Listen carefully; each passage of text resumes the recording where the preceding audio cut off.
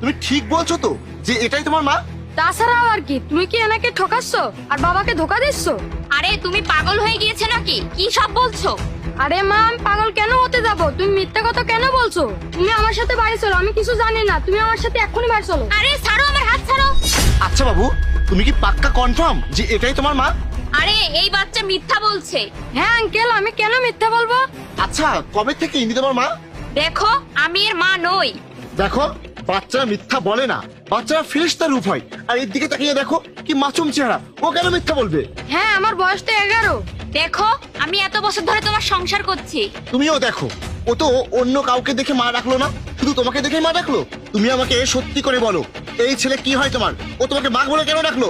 সত্যি এটাই, আমি ওর মা না। তার মানে এই বাচ্চা মিথ্যা বলছে? আর এই বাচ্চারা কখনো মিথ্যা কথা বলে না, আজকে এই বাচ্চা মিথ্যা বলছে। বাবা, তুমি কি মিথ্যা বলছো? না না আঙ্কেল, এটাই আমার মা, আমি একদম শিওর।